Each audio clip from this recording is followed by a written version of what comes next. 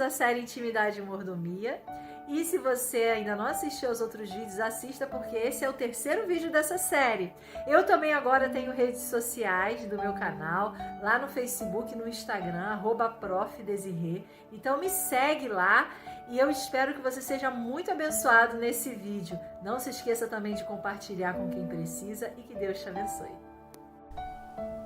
No vídeo anterior, nós vimos que a eternidade que Deus colocou no coração do homem, ao formá-lo, pode ser representada por meio de 4 depósitos vazios do coração. E esses 4 espaços interiores para a intimidade, com os quais fomos dotados, obedecem à ordem de crescimento para a vida com a qual estabelecemos contato à medida que crescemos. Esses depósitos, eles estão organizados em nível de hierarquia. Portanto, há uma ordem hierárquica em que vimos que Deus deve ocupar o primeiro lugar. E qual seria o segundo lugar? O segundo depósito vazio no coração. Um detalhe interessante é que, embora Deus deva ocupar o primeiro lugar em nosso coração, que ele deve ser a prioridade, quando nascemos, nós não desenvolvemos essa intimidade com Deus conscientemente. Nós não nascemos já adorando a Deus. A nossa vida é um milagre, mas a gente conscientemente ainda não tem essa percepção.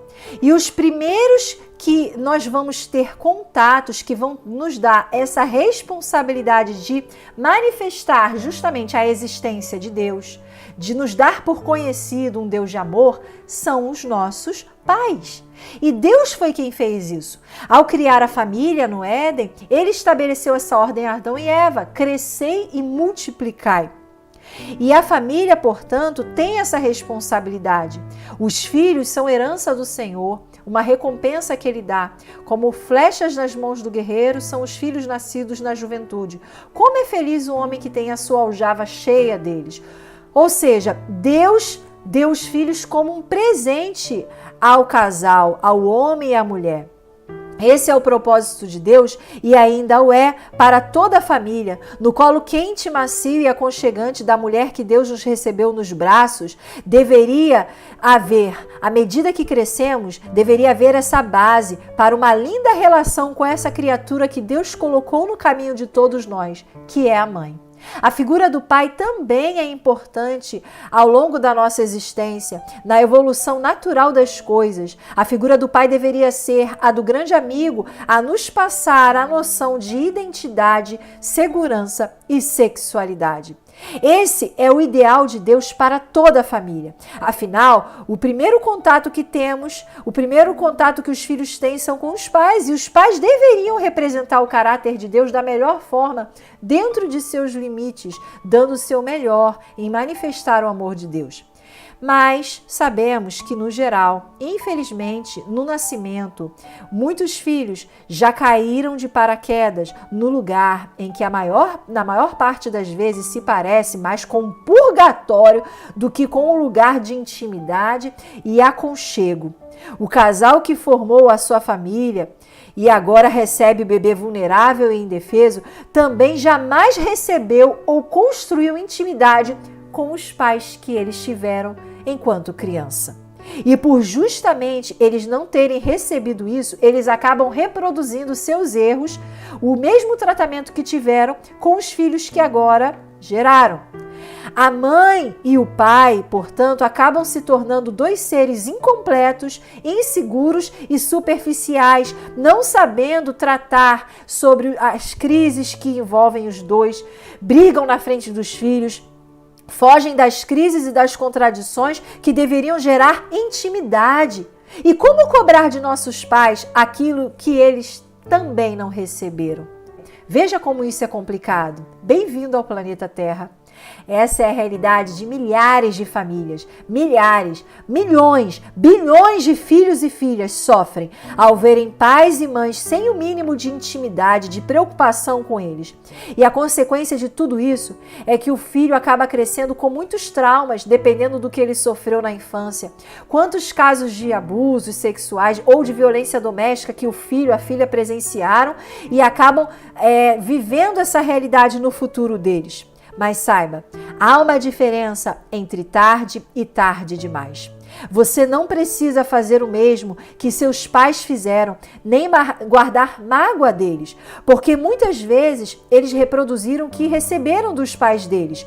E acredite, seus pais usaram as ferramentas que eles tinham. Eles usaram as melhores ferramentas, pois eram as únicas que eles tinham. Portanto, desista de colocar toda a responsabilidade de crescimento e de maturidade neles. Não deixe seu destino nas mãos de outros. Aprenda a crescer, porque se você ficar cobrando de outras pessoas o que elas deveriam ter feito, o que elas deveriam ter dito, o que elas deveriam ter sido, o maior atestado de imaturidade que você vai dar é a si mesmo, de imaturidade emocional. Aprenda a crescer. Saiba, eu não estou falando que a culpa é sua, que os pais não têm responsabilidades. Eu já falei anteriormente, eles têm. Deus lhes deu responsabilidades. Mas a grande verdade é que eles não vão mudar. Infelizmente, nem todos escolhem Jesus para serem íntimos na vida deles. Então, não adianta você ficar com raiva, você guardar mágoa, porque isso só vai te destruir. Uma das maiores consequências da falta de verdadeira intimidade com os pais é a carência paterna ou materna. Quando falta o amor ágape, o verdadeiro amor na família, infelizmente andaremos constantemente em busca da mãe que não conhecemos ou do pai que não tivemos. Isso é devastador.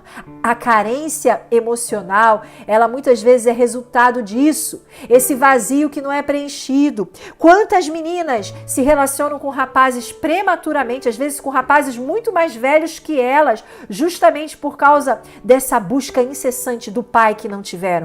Quantos rapazes também não buscam mulheres às vezes mais velhas que eles, ou buscam mulheres da mesma idade, mas tentam vê-las, ansiando terem a mãe que não tiveram. Isso é frustrante e é justamente a maneira do diabo contaminar, envenenar e desgraçar a vida da maioria dessas pessoas.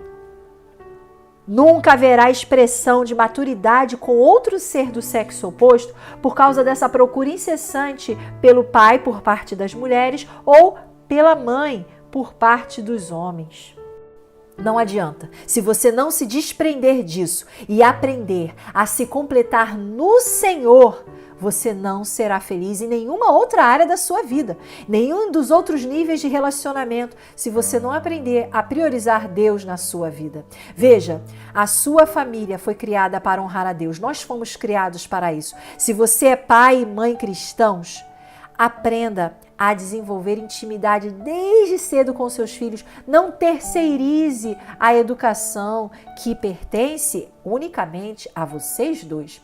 E sobre isso, veja só o que Ellen White fala aos jovens que têm pais e mães cristãos. Olha o conselho que ela dá.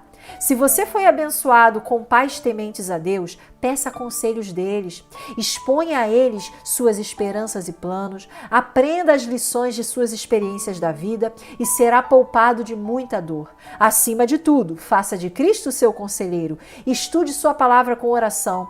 Você que é filho, é jovem, não rejeite o conselho de seus pais cristãos. Aproveite esse tempo de solteiro em ouvi-los. Ouça-os também. Não só fale, mas ouça-os. Eles têm muito que te ensinar, por maiores os defeitos que eles têm. E ela ainda fala uma coisa muito importante. Se os filhos tivessem mais intimidade com seus pais, se confiassem neles e lhes revelassem suas alegrias e tristezas, poupariam muita mágoa futura para si mesmos. Quando se sentir confuso, jovem, sem saber o que fazer, exponha a questão aos pais e peça-lhes conselhos. Quem estaria tão preparado para mostrar-lhe os perigos como os pais tementes a Deus? Quem melhor do que eles compreende o seu temperamento particular? Então confie no Senhor. E se você não tem pais cristãos, não tem problema. Ouça-os, aprenda a ouvi-los e lembre-se, eles usaram as ferramentas que eles tiveram. E você? Quais ferramentas você vai querer usar daqui para frente? Porque você não é mais criança, você não é mais uma criança indefesa. Você agora pode escolher entre reproduzir e os mesmos erros que seus pais, ficar culpando-os pela sua irresponsabilidade presente, ou pegar isso tudo e usar a seu favor como aprendizado e se reeducar no Senhor para não ser o mesmo pai, a mesma mãe que seus pais não tementes a Deus ou que viveram uma vida hipócrita com Deus foram. Portanto, o segundo depósito vazio do coração que deve ser preenchido é pelos pais. Mas você pode pensar, e quem é órfão? E quem não teve pai e mãe, quem foi abandonado? Veja, aquilo que os pais não deram conta, Deus irá suprir. E glória a Deus por isso. Porque muitas vezes Ele vai colocar pais espirituais, um líder, alguém que vai funcionar como o seu pai biológico, mesmo não sendo. É por isso que Deus é maravilhoso. E é uma forma de Deus se relacionar conosco, mesmo que nossos pais não sejam perfeitos. E qual seria o terceiro depósito? Isso é o que nós veremos no próximo vídeo. Qual é o terceiro depósito vazio que temos e quem pode preenchê-lo? Não perca, eu espero vocês. Até lá. Tchau, tchau.